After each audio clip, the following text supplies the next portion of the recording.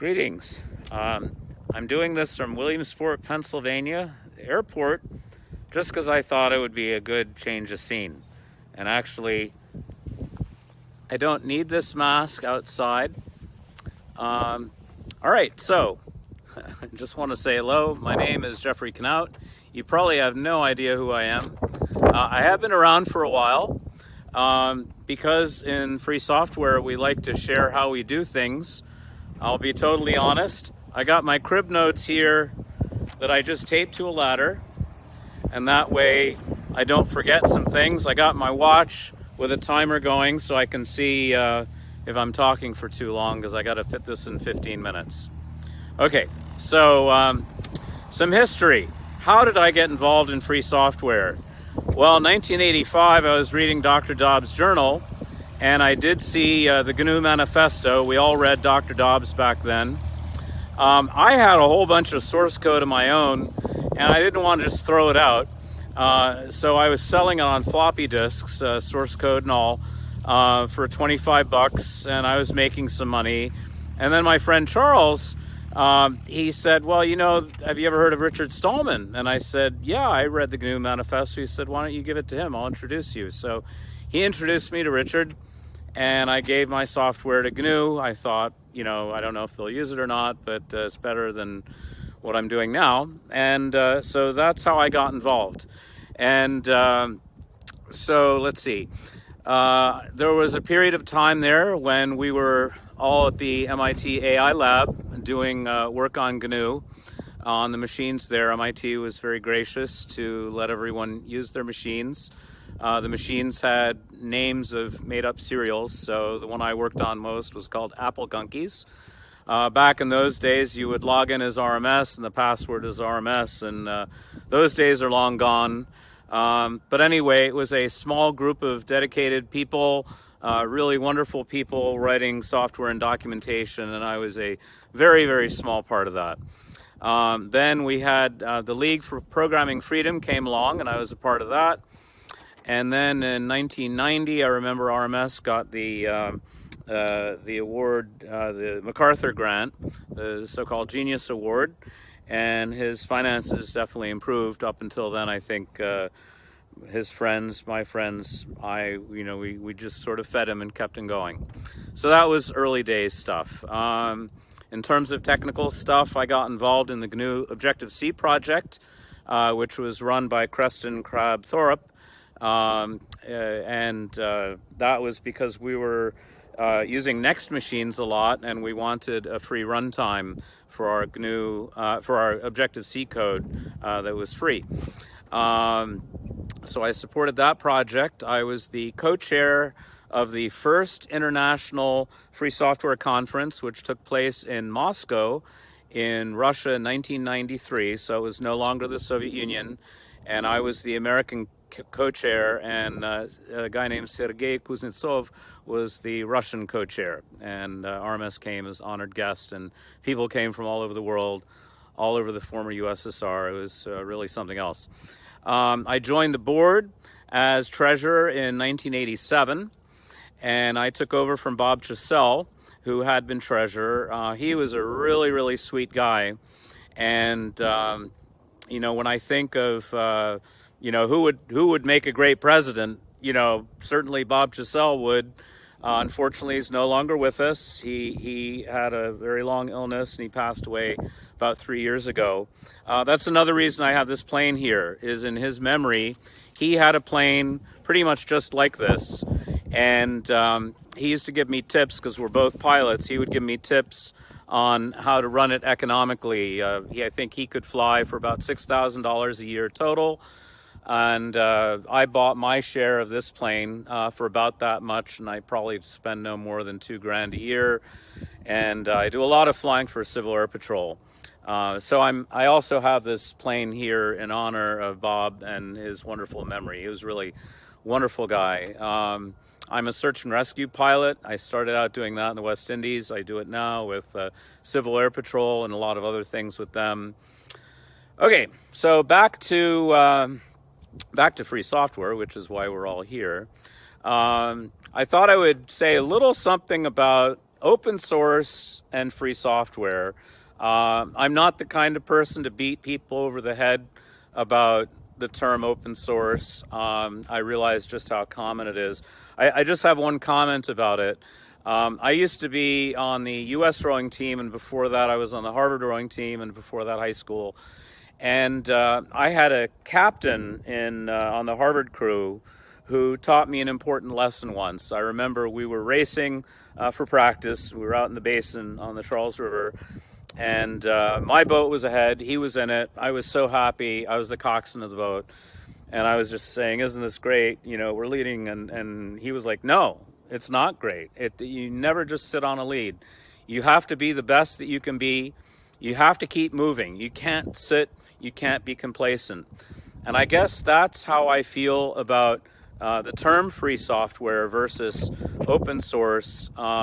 Free software reminds me that there's something we must not take for granted. There's something that we have to keep fighting for. We can't just assume the victory is won and now everything's just hunky-dory, because we know there are people who don't like free software, and we have to make sure the world stays safe for people to compute the way they want to, with the freedom that they want to have, unencumbered by third parties. All right, now I want to say something about getting along. I know we have a very wide community these days compared to the early days, and that's really great. We've had some troubles from time to time, but I think, you know, we're a large enough and mature enough community that we'll make it through this just fine.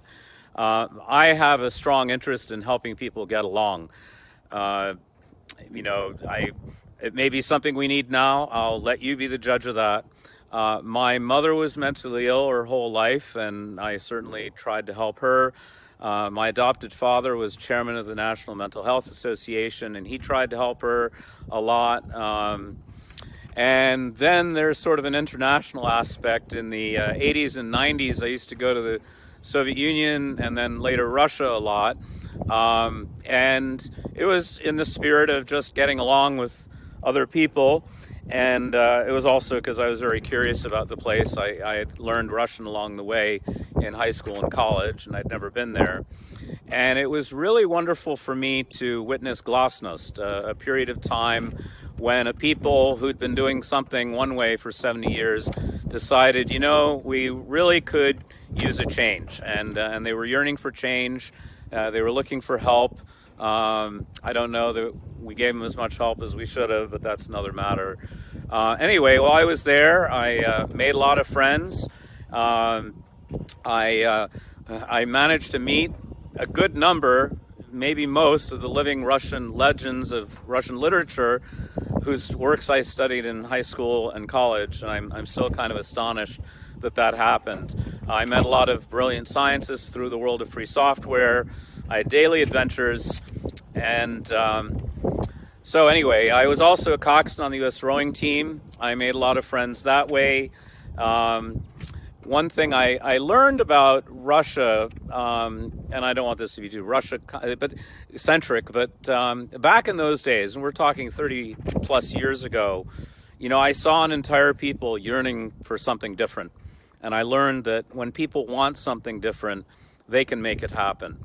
But they have to know what they want, and it's really hard if you've been doing something one way for 70 years to suddenly be thrust into trying to figure out how to do it another way.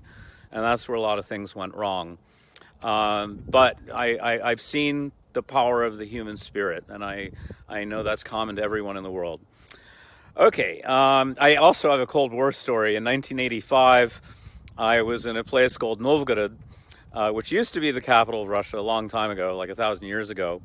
And I was walking along a river, and I saw a rowing single, and I got all excited, and I ran down, and I found the boathouse, and I asked the coach there, the person in charge, I said, "Can I go rowing?" And you got to remember, this was sort of the tail end of the Cold War. And he looked me up and down, and he said, "You're American?" I said, "Yes." And he wagged his finger at me, he said, "No international incidents." And I said, "Okay, I promise, no international incidents." And he's like, "You may row." So I got to row. And that's been my experience with rowing all over the world. It's just a wonderful community. Similar to the free software community, there are many things we have about doing things together that we have in common. I want to make a little comment about Linus. I saw a talk that he gave in 2016, and he talked about the incredible diversity, the number of different kinds of people who contribute to free software, very different kinds of people. And he made the comment that some of these people really hate each other, but working together, they get a lot done. And I personally thought that was very deep. That's something about free software that no matter who we are, where we come from, what our differences are, our focus is on free software, and we can manage to get the job done and make the best software. GNU software is the best software. It has the most features. It has the highest attention to quality. It's amazing what people do when they work together like that. And it also reminds me of a rowing story from the varsity when I was a JV coxswain. The varsity had a lot of conflict in their boat at one point, and everyone was fighting, and the coach took them aside and away from us so they could work out their problems, which they did, but they were very fast. And I learned from that boat that sometimes crews that have some inner conflict manage to achieve greatness at some point. In other words, everyone being exactly the same may not necessarily be what we're out for. Anyway, it looks like I got about 3 minutes to go, so I better wrap this up so you can move on to the rest of the program. I want to give a couple shout-outs. RacketCon, it's next week. It's all free software, wonderful people, very high-quality software. The thing I love about it is it's a hacker's paradise. If you love programming languages, Racket is a dialect of Scheme, a dialect of Lisp, where you can build your own language, and they'll help you do it. So if you have time next week, there's RacketCon.